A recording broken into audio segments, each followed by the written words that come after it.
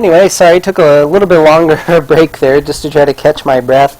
But we're into match number 5. Between Guns N' Roaches and Clarity Gaming. Spawning in the lower right-hand position of Belshir Vestige in the blue color. I know he's from Chile. I guess that's just Wikipedia information. I don't really know why I know that. Anyway, the Chilean Protoss player for Team Guns N' Roaches, it is PeterGriffin. And spawning in the upper left, also in the wrong color, in red, playing for Team Clarity Gaming, it is PrOkiller. Oh, his R is also capitalized. I can fix that. No. There we go. Oh, there we go. So anyway, this is our first Diamond match. We saw probably the craziest match so far in CTL between Oshikurosu and Stalker in the last match, and hopefully this one lives up to that. This is a TVP on Belshir Vestige, which means that basically anything's open for these players, and this is our first Diamond game. I know I said that, but I'm saying that again, so deal with it. Yeah, I don't know anything about either of these players. Somehow I know PeterGriffin is Chilean. I would assume thanks to Wikipedia page, which you all should check out. It's really, really awesome. And thanks to Antilamon and Yakatate, and I helped out a little bit, but not much. I'm sure some other people helped out, but I don't know off the top of my head. But specifically Antilamon and Yakatate for that. So we'll see how this game progresses. 2-2 tied up. Again, these games could be played in any order, but we just cast them in order that we have them in the set on the schedule, which means that the score might not have been 2-2 at the time, so we can't kind of say that the pressure was on or anything to try to take the lead. Unfortunately, we lose a little bit of the drama in translation. Anyway, other casts, the other two games from week 1, which were CT6 versus Kessel and UR versus Composite, are going to be up on Corn Muscles' channel. That's twitch.tv/cornmuscles. I'm sure there's a YouTube link as well, although I'm not entirely sure what that is yet. But I'll post that eventually, maybe. CT6 and Kessel was casted by me and Corn Muscles, and then Corn Muscles and Ray casted Unrivaled versus Composite. So do check out those casts. They work pretty great. Check out my game. I did really well. Yay. Yeah, and then next week, I don't know Corn Muscles' casting schedule. I know he was supposed to cast yesterday and didn't. But I should have a game or two for us next week as well. I'll try to do a night that Corn isn't doing anything or that everybody's not busy. If you're looking to co-cast with me, just let me know. I don't really want to interrupt the cast in the middle for a co-caster, and I just kind of started really quickly, unfortunately, so I'm solo casting today. But if you want to co-cast with me next week, let me know. I'll have a date eventually for you to see if you're free. Anyway, PrOkiller going for a 1-rax fast expand. He's got a couple of Reapers out. He actually reacted those out, which is kind of interesting, as they're headed across the map. PeterGriffin playing much more defensive. He's actually got kind of a wall in almost. The Zealot's even on hold position, and has the robotics facility on the way. These Reapers are going to get up. It does take a while for them to kill anything, but they can kite the Zealots for a while. He might just snipe a drone or two. Nope. Take a little damage from the Stalker. Nothing too out of the ordinary. Just looking around, making sure there's no pylon in the top part of the base. That's really important too. If you're going to be in there to scout, might as well get a full scout. And PrOkiller will jump back out. Didn't actually do any damage, but he keeps both of his Reapers alive, which means that they can go back later. They can take control of watchtowers. They can do some really useful things.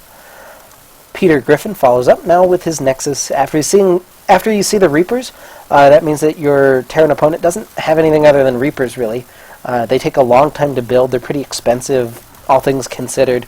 And if you're able to fend off the Reapers, that means you're safe to take an expansion. So, nice gamesmanship so far by both of our players. And we're going to see a little bit of a macro game.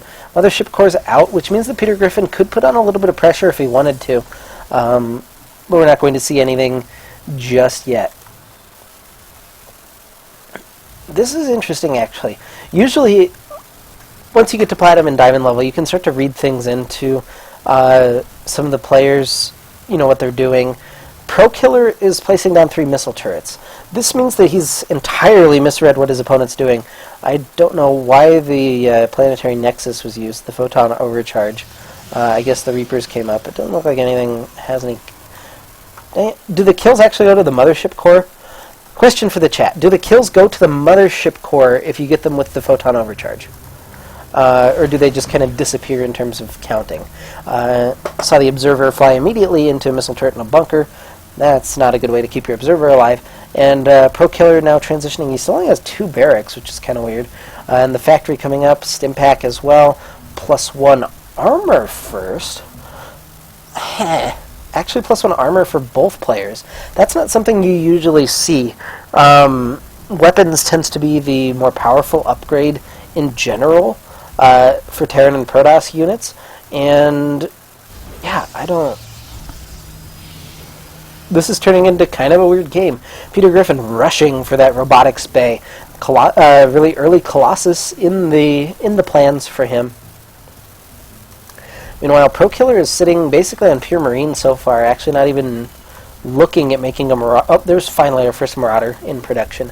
Starport as well as another reactor headed up, so we'd be able to reactor some medevacs.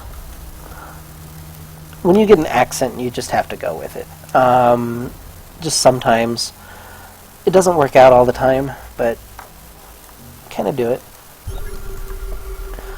Anyway, nice pylon positioning by PeterGriffin. I actually like these pylons and everything spread out around the map. You can spot drops with them occasionally, and you never know. They could come in useful later in the game if you want to attack this base or this base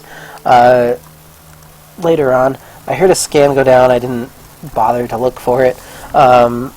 We can actually check the vision of our players. PeterGriffin, this is what he's seen. So nothing too weird being spotted by him. And if we look... doesn't actually know about the robotics bay, which is very important, and the Twilight Council on the way as well for PeterGriffin. So PrOkiller actually a little bit in the dark right now in terms of what his opponent's actually doing. And if he did scan the front, like I'm pretty sure he did, he didn't actually see too many units either. There was a stalker. I could have sworn there was a stalker.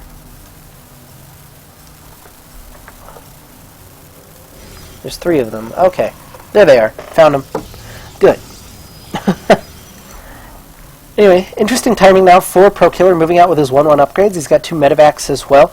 I don't know if these 2 will actually come out at the same time. He might try to do a poke at the front with these bio units and then do a Hellbat drop in the back. Really powerful combination of timings. The PrOkiller headed to try to bust down the front door, at least for now. Something you also do is you take map control with your bio units, take control of the watchtowers, and then you can poke at the front a little bit without committing to anything. This is actually really nice. He's going to snipe some sentries as well as a couple of zealots. This is actually doing a lot of damage. Planetary Nexus thrown down now by PeterGriffin, and the Colossus will stay alive. He's actually going to pick up in the medevacs and just leave. Why not? Pretty good trade. He got a couple of zealots, couple of sentries as well. The thing he didn't do was snipe the Nexus, which is what he tried to do. Didn't even get either of these Colossus either. But all told, pretty even trade, honestly. But the gas and the sentries, you don't want to be rebuilding sentries at this point if you're Protoss. So that can be a little bit difficult as you head forward. But now a couple of Hellbats out, so we can see some more drop action from PrOkiller. Actually skimping on the combat shield as well as the concussive shells so far. Hopefully he remembers those upgrades. Those are pretty significant. I clicked on the Templar Archives to go to it, and then I unclicked it for some reason. But there's the Templar Archives on the way for PeterGriffin. And he's really banking on these expensive units. We've seen he's been really, really light on the gateway units, which means that he's pretty light on defense. Ooh, this is cute. A little couple of zealots headed in toward the 3rd base. Going to be able to take down a couple of SCVs. Maybe, ooh, does force the lift as well. Any damage he does with these is pretty good, all things considered, because it doesn't harm his power unit count. If you're new to StarCraft 2, if you're just watching for the first time, which probably isn't true for any of you, but something I wanted to say anyway, Protoss is if you keep your Colossus, if you keep your Templar, your Archons, your Immortals, those sort of units alive, you're going to do really, really well. These Gateway units, not worth a whole lot. Sentries are worth a little bit more, but Zealots and Stalkers, all things considered, are pretty expendable. I don't know why you would take that out. You just got counterattack through the area. That choke point could help you eventually. Maybe he just doesn't like rocks. Curse you, Dustin Browder. A lot of Tech Lab Barracks for ProKiller. Both of these guys playing, I don't want to say their own unique style. It's just kind of off from what you usually see. You'll tend to see more reactors if you're making Marines, but instead he's got a ton of Tech Labs and he's still just making Marines. And the combat shield is just about done. This is another nice little timing. He's going to have +2 weapons with that combat shield. And the first couple of Hellbats out, he's got 3 Vikings. 3 Vikings doesn't take care of 2 Colossus horribly well. It just takes a while. So that could be something that goes back against ProKiller. Uh-oh, this is not what you want to see. PeterGriffin moving to the middle of the map while the Terran army heads around kind of a cute little attack path and is at the 3rd base. He's actually spreading out his units. He expects the Colossus to come over this ridge. What is PeterGriffin doing? Nothing really. 3rd base goes down. Oh, these Templar, do they have a storm? Yeah, they have a couple of storms available. And now units kind of streaming in kind of haphazardly, honestly. Time Warp goes down. Nice spread so far by ProKiller. And a lot of these units starting to go down. Nice storms, though. If you catch them inside the Time Warp, you can really land those storms. It helps to aim a lot. But we do see PeterGriffin starting to be forced back now. ProKiller forcing his way through. The Hellbats just dealing a lot of damage, and this is partly because that Protoss army was split up so weirdly over this gap and didn't all engage together. Zealots being warped in by PeterGriffin. I'm not sure it's really going to matter. These Hellbats are just roasting Zealots alive, and he's got these Vikings left alive to scout, really deter immediate Colossus production as well. And I'm not sure PeterGriffin can actually recover. He's got a little group of Zealots headed into the natural. I don't think that's quite going to matter. He picks off a couple of reinforcing units, but those Hellbats are there. And that attack's snuffed out. The natural's gone down now. And all that's left for PeterGriffin is the main base. And we'll see if our Chilean Protoss can make some sort of ridiculous last stand hold. Or if ProKiller just decides not to attack for a while and somehow let him back into the game. Well, no, we see that's not the case. Headed up. 1 Colossus does get out, but now there's enough Vikings to deal with that. 6 Vikings, honestly, says PeterGriffin. Hellbats are a bad word. I hate to say it, that wasn't the Hellbats. PeterGriffin just he didn't take care of his units. He got separated over this little cliff. If he kept everything together, he had a good chance of winning that. He also really, really skimped on gateway units, was going heavy economy, heavy nexus, heavy upgrades, and just didn't have the units to back up the power. So something to keep in mind, it's not all the fault of these Hellbats. There were a lot of them. They did a lot of good things, but there are ways to beat them. Otherwise, I guess Terran would win literally everything. Just something to keep in mind. So, with that said, ProKiller takes the victory and gives Clarity Gaming back the lead at 3-2, and we have quite the game on our hands. Again, it's a best-of-9 series, so first to 5 will take the victory for the week. But we will have every map anyway if one of these teams manages to reel off a couple in a row. So Clarity Gaming takes the lead 3-2. Congratulations to ProKiller on his victory. Really well played. I liked his timings a lot, moving out with upgrades. Really, really good. If you're a lower league player, watch this replay again. It was very nicely done by him.